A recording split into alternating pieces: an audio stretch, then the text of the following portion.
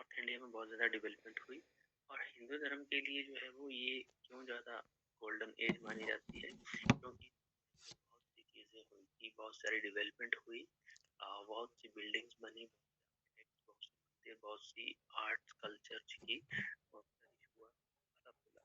इसीलिए इसके समय को गोल्डन एज ऑफ हिंदुइज्म कहा जाता है। इसके साथ साथ मैंने आपको ये भी बताया था, जो गुप्ताज हैं वो किस वंश के हैं? वैश्य वंश। ठीक है, कोई क्षत्रिय नहीं थे। गुप्ताज जो थे ये वैश्य वंश, जैसे चंद्रगुप्त मौर्य, मौर्य वंश के संस्थापक भी वैश्य थे, वैसे ये भी वैश्य कलान के थे, वंश के थे। अब फाउंडर कौन थे? तो देखिए Srigupta, known founder was Srigupta. Srigupta के पुत्र थे, इनकी क्रोनोलॉजी देखिए मैं बता देता हूँ पहले ही। श्रीगुप्त के बेटे थे जो आगे राजा बनते हैं, ये थे फाउंडर श्रीगुप्त, और इनके जो बेटे आगे उनका नाम है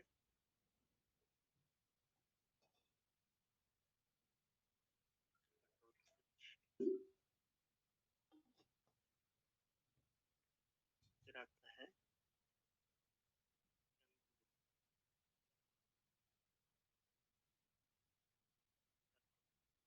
ठीक है, फिर है नेक्स्ट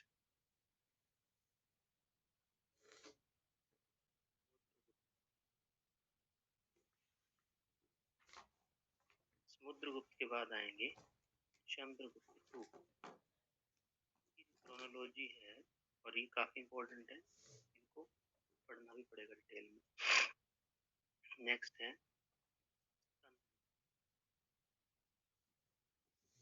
कुमार,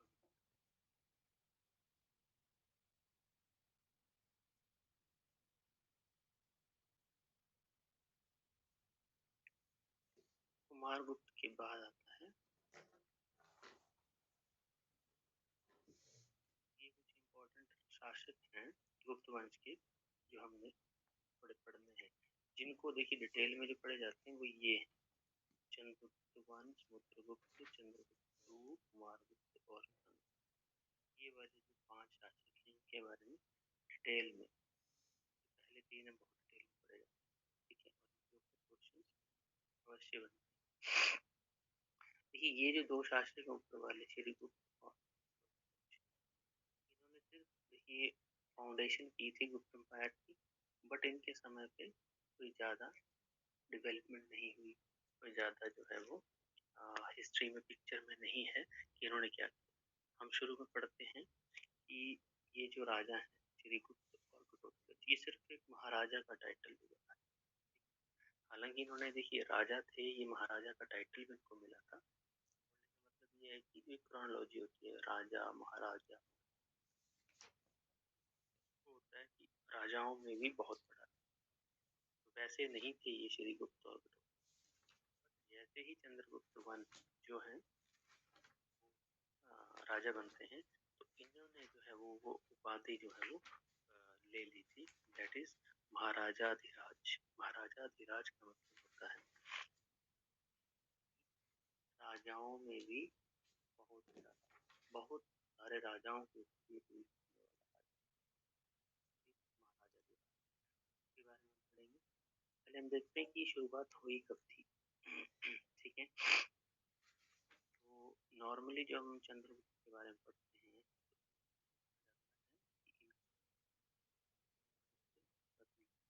ये प्रथम क्यों लिखते हैं, क्योंकि इसका जो पोता है आगे चंद्रगुप्त को उसका नाम भी सेम ही है, ठीक है, इसलिए टू लिखते हैं इसको।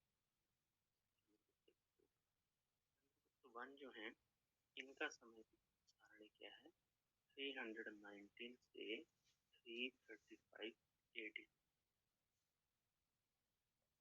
मौर्य जो थे याद रखिएगा, मौर्य जो थे वो BC में थे, इसी समय पे थे, कुछ स्टार्ट हुआ था बट वो BC में थे, और वो पीछे की ओर जा रहे थे 321 से पीछे की ओर, तो BC में थे। और ये जो गुप्त है ये AD में, चंद्रगुप्त वन 319 से 335 AD।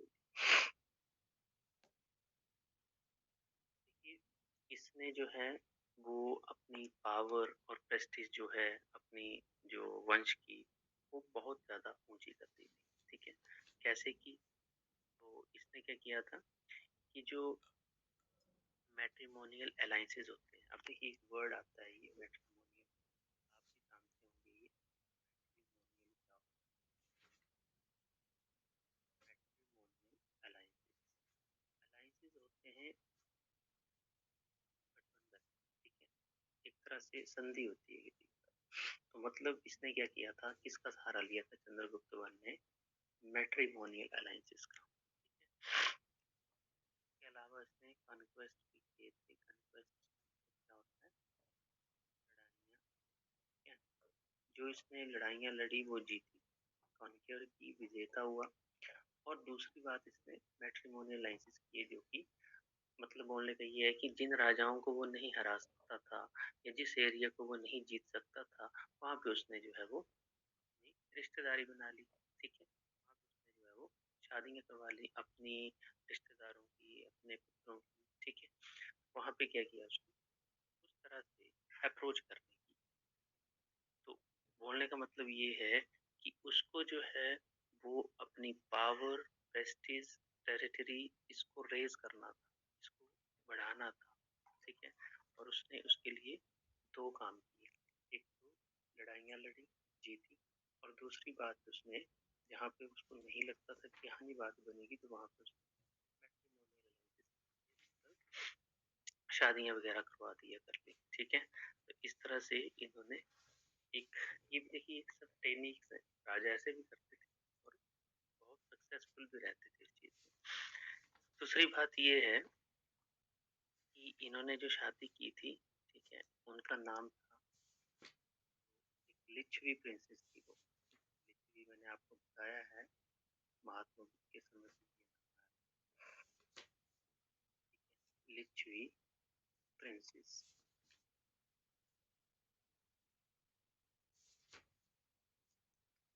लिच्छवी की प्रिंसेस, इनका नाम था कुमारा देवी। तो ये कुमारा देवी जो है इनके साथ इनकी शादी हुई थी, वाइफ थी चंद्रगुप्त प्रथम की। और इन्होंने अपने समय पे चंद्रगुप्त और कुमारा देवी जो नाम वाले एक तरह से उनके सिक्के, गोल्ड के सिक्के जारी किए थे, जिसको दिनार कहा गया है कि गुप्तों के समय पे दिनार किसे कहा गया है? दिनार्स क्या है? Gold coin. तो इसने जो है वो गोल्ड कॉइन इशू किए थे। पहली बात, चंद्रगुप्त मौर्य ने, सॉरी चंद्रगुप्त वन ने दिनार्स, दिनार जारी किए, जो इशू किए, जो कि गोल्ड कॉइन, जिसमें क्या था, चंद्रगुप्त मौर्य, सॉरी चंद्रगुप्त नहीं है ये, चंद्रगुप्त प्रथम एंड कुमारा देवी, इनके नाम के। ठीक है, मतलब अपने और अपनी वाइफ के नाम से, राजा और रानी के नाम से दिनार इशू किए, जारी किए, जो कि थे गोल्ड कॉइन। तो गोल्ड कॉइन इशू करने वाला पहला गुप्त राजा कौन था? क्या कहा गया है? दिनार। ठीक है, ये क्वेश्चन आता है। चंद्रगुप्त वन जो था, उसने एक नया युग शुरू किया, नया युग शुरू करने की जो है वो शुरुआत की। क्यों, कैसे? क्योंकि देखिए जो चंद्रगुप्त वन था, ठीक है, उसने मगध, प्रयाग, प्रयाग आपको पता ही है किसकी बात हो रही है, प्रयागराज। ठीक है, और आसपास के जो अवंती एरिया है, जो मैंने आपको महाजनपद में बताया था, इन एरिया, मगध के अलावा प्रयाग, अवंती, ठीक है, ये एरियाज भी इसने अपनी अथॉरिटी के अंदर, अपनी पावर के अंदर जो है वो ले लिए थे। ठीक है, और ये पहला राजा था जिसने अपनी आप एक टाइटल दिया था, जिसका नाम है राजा दिया। ठीक है, ये टाइटल भी क्वेश्चन डायरेक्ट आता है कि गुप्त शासकों में सबसे पहले महाराजा धीराज टाइटल किसने लिया था? महाराजा धीराज का मतलब है, ठीक है, जो मैंने अभी बताया। तो इसने गोल्ड कॉइन्स इशू किए थे जिनका नाम हुई, ठीक है। और कैसे ये जो है वो इसने सफलता पाई और किन किन एरियाज में इसने जो है वो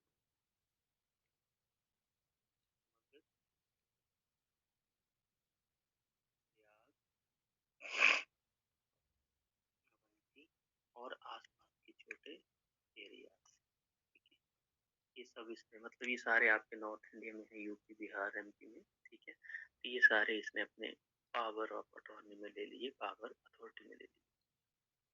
इनके बाद इनके जो बेटे हैं, ठीक है,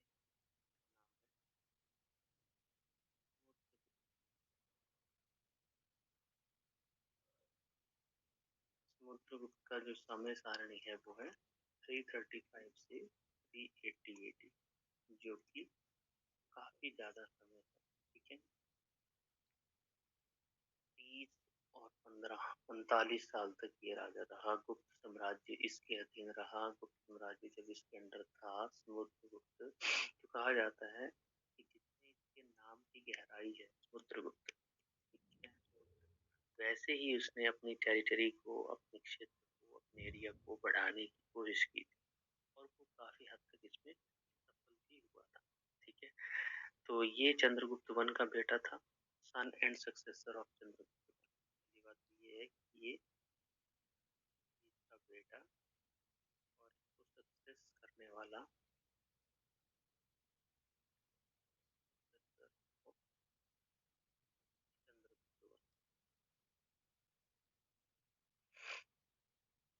ठीक है। देखिए ये एक बहुत अच्छा योद्धा माना गया है, ठीक है, ग्रेट, एक महान योद्धा,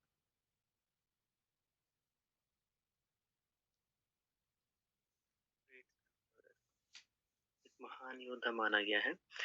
और ये बहुत फेमस कब हुआ, बहुत फेमस किस लिए हुआ? तो देखिए, ये इसकी एक प्रशस्ति है, इंस्क्रिप्शन है, लॉन्ग इंस्क्रिप्शन, बहुत लंबी इंस्क्रिप्शन है। इंस्क्रिप्शन का मतलब मैंने बताया था आपको, मौर्य के टाइम पे अभिलेख, शिलालेख, ठीक है, जो लिखवाए जाते हैं, गुदवाए जाते हैं पत्थरों पे, पिलर्स पे, है ना, किसी मेटल्स पे। तो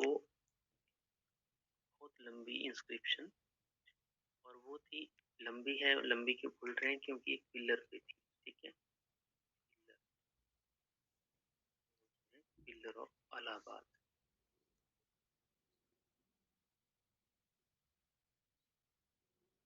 और दूसरे शब्दों में कहा जाता है हिंदी में प्रयाग प्रशस्ति।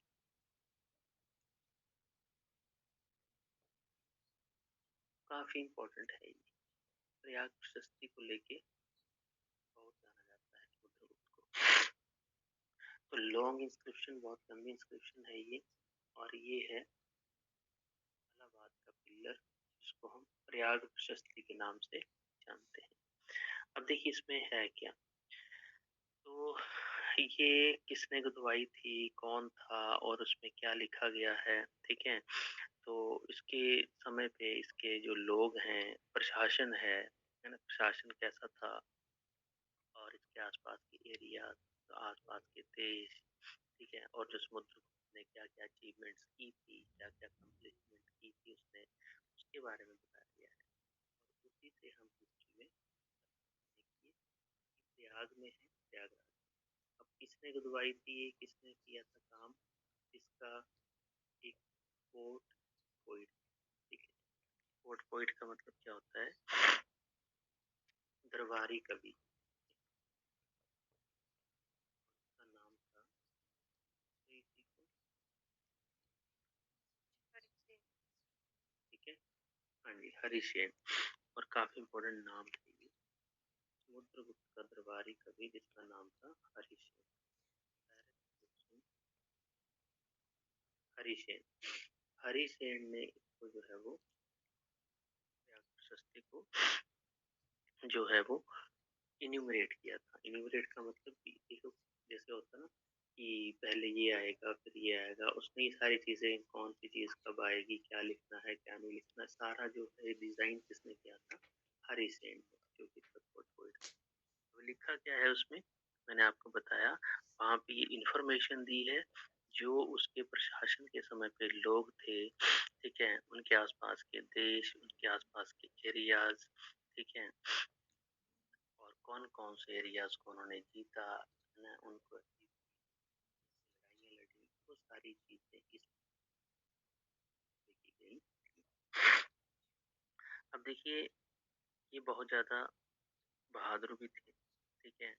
और ये कहीं न कहीं इनकी जो कमांडिंग थी, वो बहुत अच्छी मानी जाती है। इसीलिए इनको अ, एक हिस्टोरियन ने नेपोलियन ऑफ इंडिया भी कहा।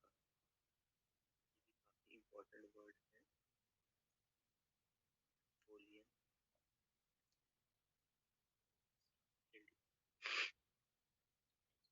देखिए, जैसे नेपोलियन वैसे-वैसे फ्रांस का था, ठीक है?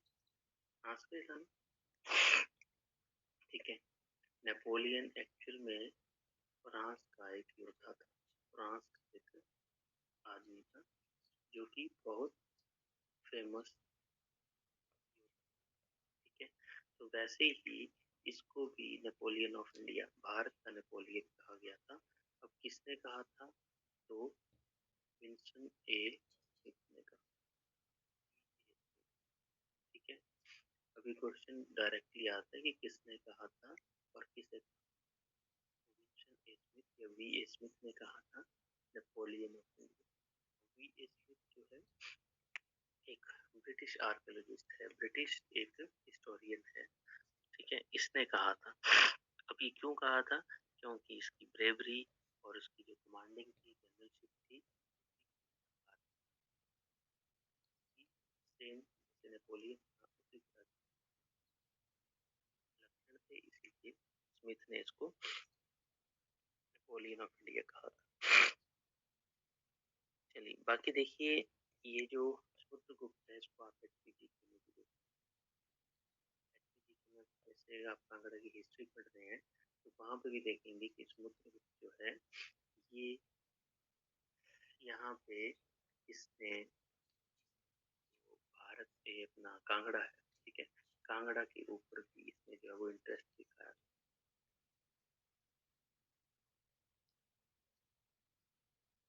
है? तो वो मतलब यहाँ पे इसने विजिट किया था, ठीक है? ज्यादा तो नहीं है इसके बारे में, बट ये इंटरेस्ट जरूर दिखाया था इसने, मतलब यहाँ पे भी आया था। इसके अलावा ये संगीत प्रेमी था, ठीक है? बहुत, इसीलिए इसको कविराज के नाम से भी जाना जाता है।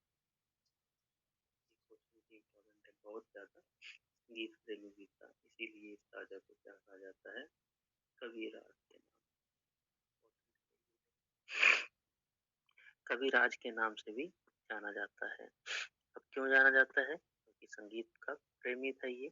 इसने बहुत सारी पोइम्स भी लिखी थी, ठीक है? बहुत सारे जो संगीत वगैरह, मतलब एक तरह से म्यूजिक वगैरह सुनता था, म्यूजिक बजाता भी था, और उसके कुछ सिक्कों में ये वीणा बजाते हुए दिखाई भी दिया गया। तो इसके जो कॉइन्स हैं उस समय पे, ये वीणा बजाते हुए भी दिखाई दिया गया है। प्लेइंग वीणा। वीणा आपको पता है, वीणा एक म्यूजिक जो होती है, क्या बोलते हैं उसको,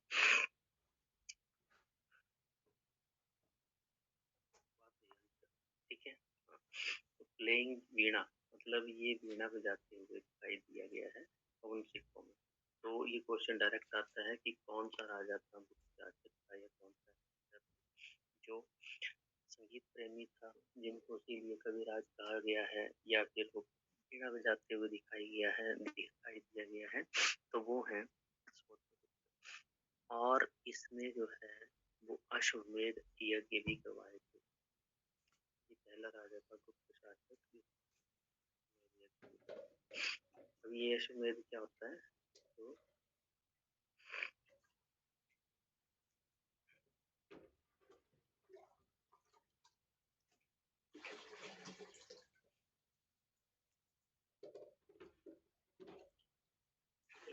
अश्वमेध यज्ञ का मतलब है अश्वमेध। अश्व होता है घोड़ा, ठीक है। और देखिए राजा जो था उस समय पे क्या करता था कि अपने घोड़े को जो है वो खुला छोड़ देता था, वो घोड़ा जाएगा, ठीक है। जहाँ तक वो घोड़ा जाता था वो राज्य उसका हो जाता था, अगर बिना रोके टोके, ठीक है। अगर वो कहीं पे भी जहाँ तक वो जाएगा वहां तक वो एरिया, और जहाँ पे उसको कोई रिस्ट्रिक्शन मिलेगी, कोई रोकेगा उसको, है ना, या किसका घोड़ा किस एरिया में आया है, तो वहाँ का जो एरिया कोई दूसरा राजा या दूसरा कोई challenge करेगा, उसको उससे लड़ाई करनी, ठीक है। तो इस तरह से अश्वमेध यज्ञ जो है ये जो है वो कहीं न कहीं करवाया गया था इनके द्वारा। मतलब बोलने का ये है कि ये अपने एरिया को बढ़ाने के लिए ऐसे खुले में, ओपन में घोड़े को और चैलेंज करना, एक तरह से चैलेंज किया दूसरे बंदों को कि कौन मेरे साथ लड़ाई कर सकता है। ये अपने एरिया को फैलाना चाहते थे, एक्सपेंड करना चाहते थे। ये एक बहुत कॉमन एक काम था जो करते थे राजा उस समय पे। ऐसा नहीं है कि बहुत ज़्यादा करते थे, बहुत कम करते थे, ठीक है, अश्वमेध यज्ञ। तो इन्होंने भी किया था और इन्होंने अश्वमेध सैक्रिफाइस के लिए किए और इन्होंने एरिया को बढ़ाया, बहुत अच्छा एक्सपेंड भी किया। इसके अलावा जो इलाहाबाद पिलर इंस्क्रिप्शन है, इसमें जो टाइटल दिया था, ये शायद रह गया मेरे को, ये नहीं पता मैंने। टाइटल जो था वो धर्म प्रचार बंधु, ठीक है, ये टाइटल दिया था इसमें। इलाहाबाद जो पिलर इंस्क्रिप्शन है इसमें जो टाइटल दिया गया है वो है धर्म प्रचार बंधु, ठीक है।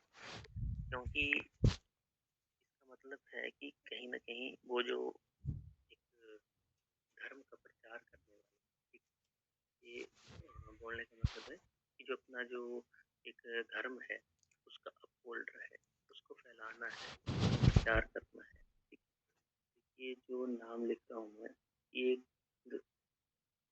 पिलर इंस्क्रिप्शन का ही जो आपकी त्याग प्रशस्ति है उसमें ये टाइटल मेंशन किया हुआ है, धर्म प्रचार, ठीक है। बंधु होता है भाई, है ना, दोस्त। और प्रचार, धर्म प्रचार मतलब आपको पता है कि धर्म का प्रचार करने वाले, ठीक है। तो धर्म प्रचार बंधु जो है वो टाइटल किस पे दिया, इस इलाहाबाद पिलर इंस्क्रिप्शन में, प्रयाग प्रशस्ति में ये मेंशन, ये टाइटल। अब देखिए अगर हम और चीजें देखें इसमें, तो ये धर्म के अगर फेवर में था तो ये किस धर्म को मानता था, तो वैसे तो ये हिंदू ही था, मगर हिंदू में भी किसकी पूजा करता था, वैष्णव,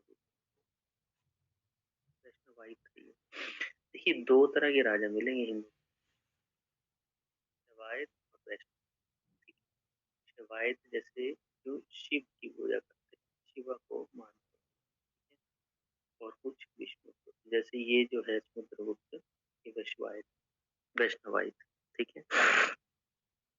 ये भी क्वेश्चन बनते हैं ऐसे कि कौन सा किस धर्म से था, मतलब किस सेक्ट का, ठीक है। अब ये हिंदू धर्म का एक सेक्ट ही समझ लो आप, वैष्णवाइट, शैवाइट, ठीक है। ठीक है, वैष्णवाइट था।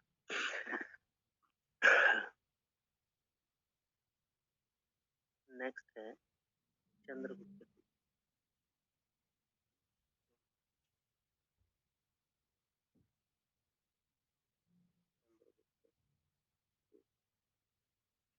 देखिए इनका जो समय होगा शुरू, वो 380 से लेकर के 415।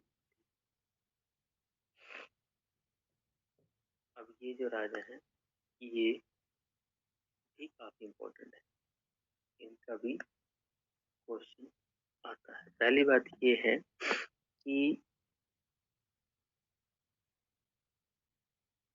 जो चंद्रगुप्त टू है, ठीक है, इन्होंने टाइटल लिया था विक्रमादित्य।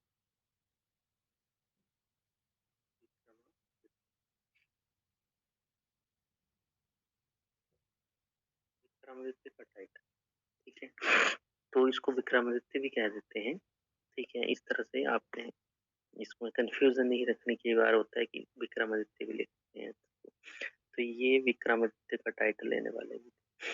अब जैसे हमने समुद्रगुप्त में पढ़ा कि इलाहाबाद प्रशस्ति, वैसे ही इनके टाइम पे भी एक मेहरौली आयरन पिलर इंस्क्रिप्शन है। मेहरौली कहाँ है?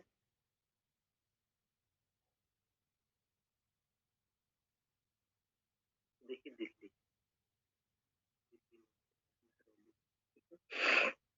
मेहरौली दिल्ली। ये एक आयरन पिलर,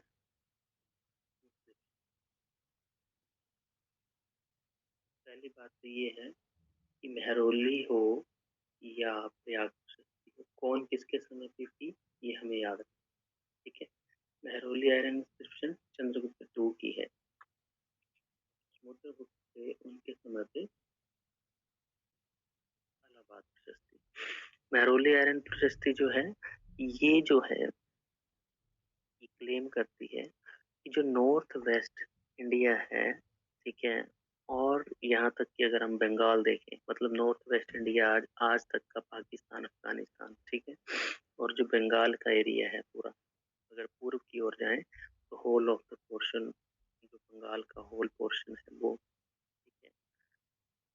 और ये कहा गया है कि जो वहाँ के एरियाज हैं वो उनके अंडर थे। ये इस इंस्क्रिप्शन में देखने को मिला है कि क्या एक्सटेंशन थी, क्या जो है वो इसका एरिया कहाँ कहाँ तक एक्सटेंड था, ये चीज लिखी गई। और ये जो है इंस्क्रिप्शन वो पूरे वर्ल्ड को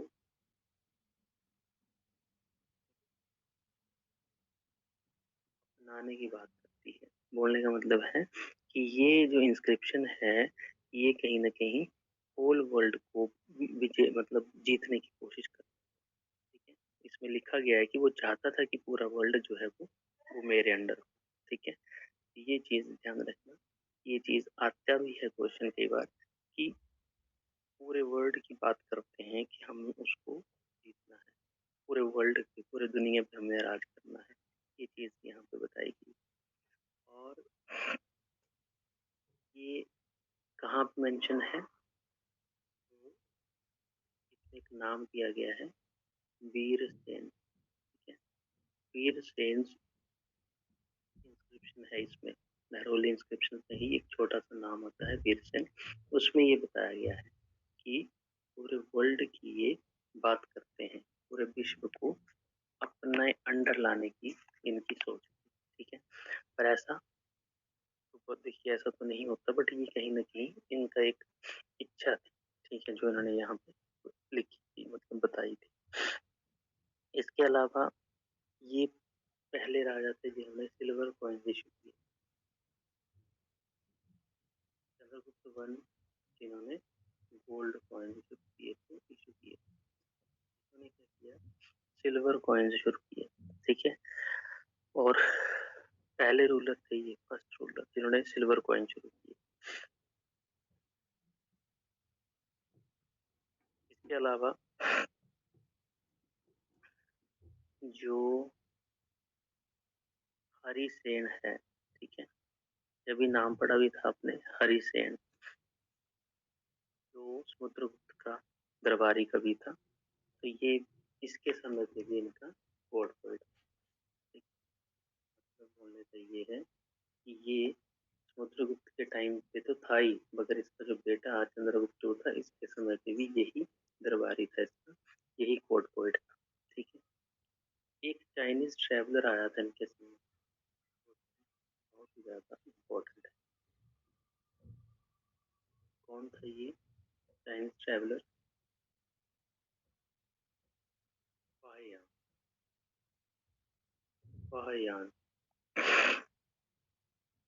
देखिए चाइनीज ट्रैवलर आपको मिलेंगे मेनली तीन, ठीक है, एक फाहियान, एक हेनसांग और एक इत्सिंग, ठीक है। तो जो फाहियान और हेनसांग है वो बहुत पूछे जाते हैं, कई बार इनके नाम आ जाते हैं कि कौन पहले आया था, कौन किसके टाइम पे आया था, ठीक है।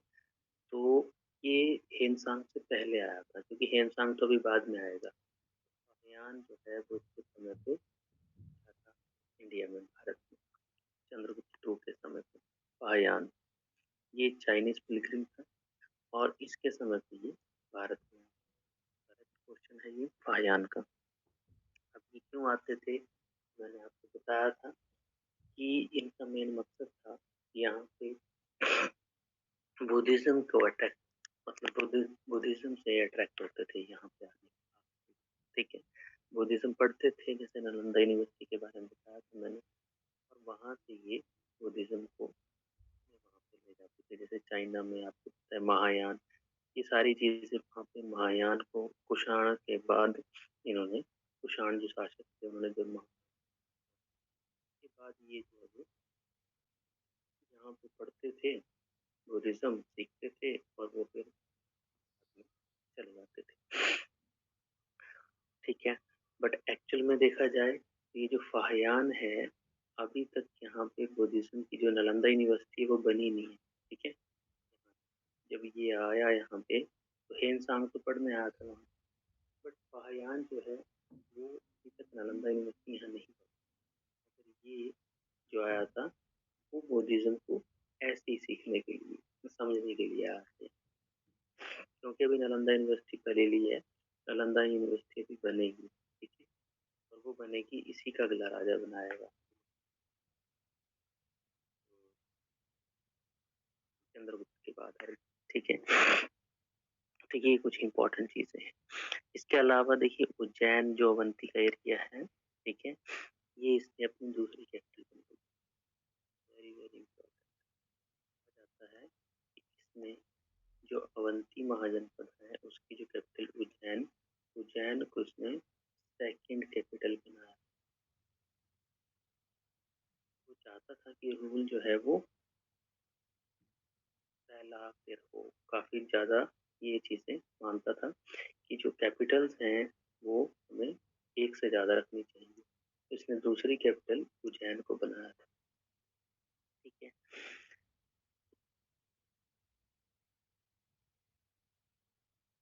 चलिए नेक्स्ट है, में याद रखने की बहुत है। नेक्स्ट है कुमारगुप्त। अब ये कौन है, तो 415 से 455 एडी कुमारगुप्त। पहली बात, founder of Nalanda university. Direct question, कहाँ है ये, बिहार, बिहार के बड़ा गांव। ठीक है, आज तक नालंदा डिस्ट्रिक्ट ही बोला जाता है, बिहार का नालंदा डिस्ट्रिक्ट। नालंदा यूनिवर्सिटी किसने बनाई थी, तो बिहार के, सॉरी, कुमारगुप्त। ठीक है, गुप्त वंश के साथ। कुमारगुप्त का एक यूनिक फैक्ट ये है कि ये लॉर्ड कार्तिकेयन की पूजा करते हैं। कार्तिकेयन कौन है,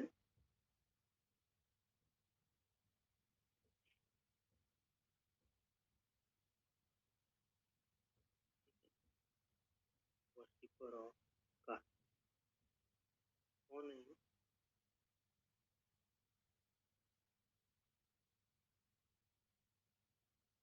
तो ये जो शिव के बेटे हैं, ठीक है, लॉर्ड कार्तिकेयन, गणेश के बड़े भाई, उनकी पूजा करते हैं, वर्शिपर ऑफ लॉर्ड कार्तिकेयन कहा गया है। और कुमारगुप्त का जो टाइम पीरियड है, इसमें इनके समय पे कहीं ना कहीं जो एक ट्राइब है, ऊण, कहते हैं ऊण, ये आप हिमाचल की हिस्ट्री में भी देखेंगे तब। ठीक है, ऊण, ऊण कौन थे, पहली बात ये है कि ऊण कौन थे। ये एक टर्को मंगोल, मतलब टर्की मंगोल। ठीक है, टर्की और मंगोलिया ये दो देश हैं। ठीक है, मगर टर्को मंगोल एक ट्राइब है, मतलब जो ऐसी जनजाति, ऐसी ट्राइब जो मंगोलिया और टर्की में देखने को मिली, इसका नाम था इस ट्राइब का हूण। ठीक है, तो हूणों के जो अटैक हैं, मतलब इन्होंने जो है वो भारत पे अटैक करना शुरू कर दिया। कुमारगुप्त की। तो जो अंतिम समय था मतलब कुमारगुप्त का, तो जो गुप्त साम्राज्य है उसके ऊपर आक्रमण किए गए इस ट्राइब के द्वारा, ठीक है। और कहीं न कहीं जब इसने अटैक को रेजिस्ट किया, अटैक के मतलब तो इसका जो है वो मतलब मृत्यु भी हो गई थी गुप्त की।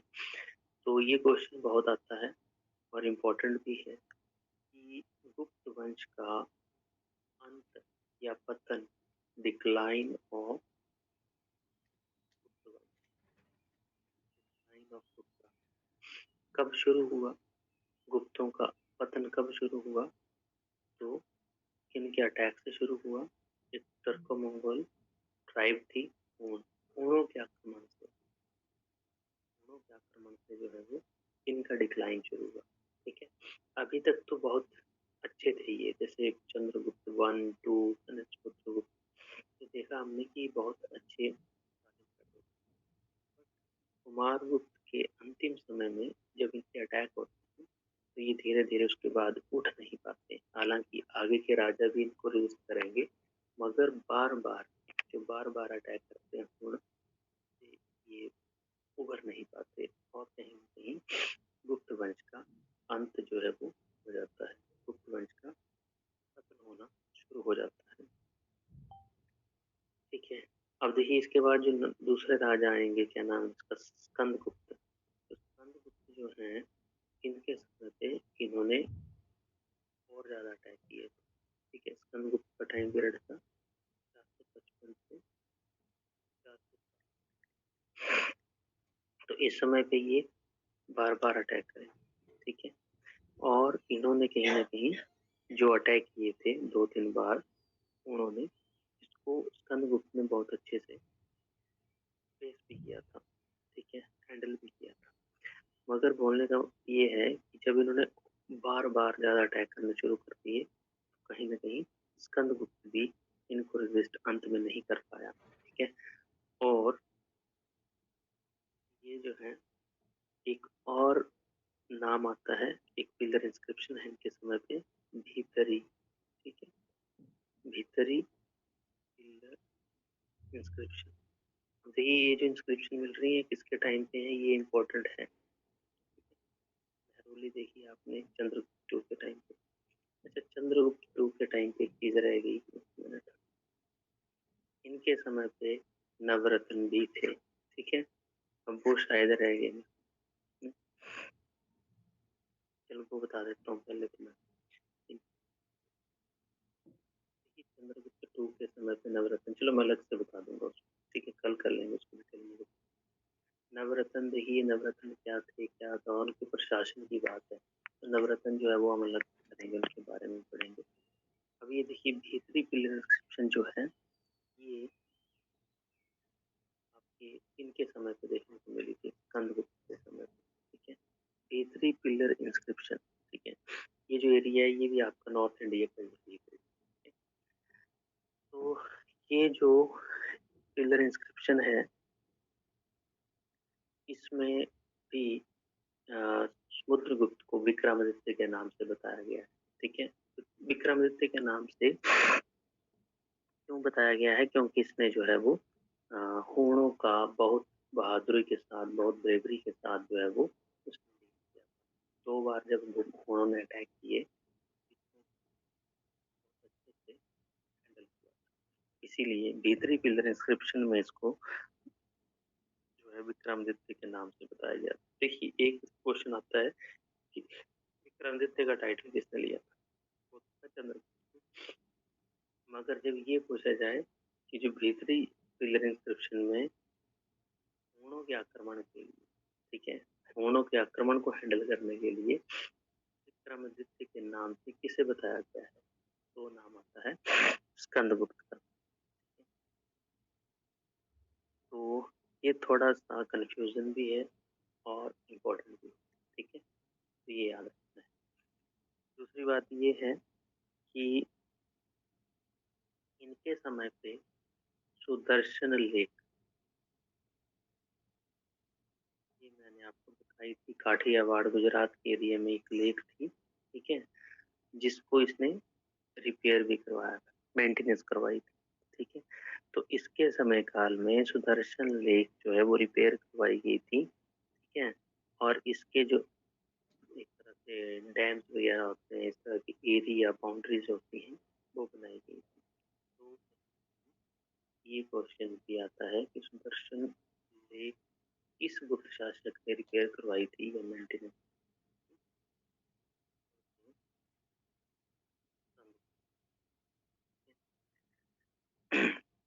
बट जैसे कि मैंने बताया, जो कॉन्टिन्यूस अटैक थे हुनों के, उसने इनकी अर्थव्यवस्था को, देखिए अर्थव्यवस्था कैसे खत्म होती है, क्योंकि जब अटैक करेगा कोई तो उसमें जो है वो हमें लोगों की जरूरत पड़ेगी, हथियारों की जरूरत पड़ेगी, तो इसमें जो है वो अर्थव्यवस्था खर्चा ज्यादा होता है, बार बार एंगेज होती है। इसमें क्या है कि इकोनॉमी जो है वो वीक हो जाती है, अर्थव्यवस्था कमजोर हो जाती है। और जैसे ही सिकंदगुप्त मर गया बाद में, तो आपका जो गुप्त शासन है वो आगे उठता हुआ दिखाई नहीं दिया, क्योंकि उन्होंने पूरी तरह, ठीक है, हालांकि ये स्कंदगुप्त ने तो किया था इनको, मगर बाद में नहीं कर पाया। ठीक है, तो इसीलिए स्कंदगुप्त के बाद जो है वो शासन अच्छा नहीं रहा। गुप्त एडमिनिस्ट्रेशन में क्या था, है ना, एडमिनिस्ट्रेटिव यूनिट्स बहुत कुछ है इसमें पढ़ने के लिए, तो मेन मेन राजा देखते हैं। इसमें ये देखेंगे हम कि जो सोसाइटी थी, धर्म था, इकोनॉमी थी, वो बहुत डिटेल में पढ़ने वाली चीजें हैं, तो इनको देखेंगे हम। आर्ट्स पेंटिंग्स किस तरह की थी, ठीक है, ये क्वेश्चन आता है 8,000 के चैप्टर ऑफ आर्ट की बात करते हैं। और जो नवरत्न थे, एक नवरत्न आप पढ़ेंगे अशोक, सॉरी अकबर के टाइम पे। ठीक है, अकबर के नवरत्न सबको पता है, बट दूसरे जो नवरत्न थे, सबसे पहले जो नवरत्न थे वो चंद्रगुप्त टू, जो अभी मैंने ये बताया आपको, इनके बारे में। तो कल इनके बारे में हम देखेंगे। देखिए नवरत्न क्या होते हैं, 9 आदमी जो उसके प्रशासन में बहुत ज्यादा हेल्प करते थे, प्रशासन ही उनके बल पे चलता था। ठीक है, नवरत्न बोल सकते हैं आप। एक ऐसी टीम, ऐसे मिनिस्टर्स, ऐसे लोग जो कि प्रशासन को एफिशिएंटली चलाने में मदद करते थे। ठीक है, और उन्हीं की वजह से वो ज्यादा ग्रो कर पाया, इसलिए तो नवरत्न ये हम कल देखेंगे। ठीक है,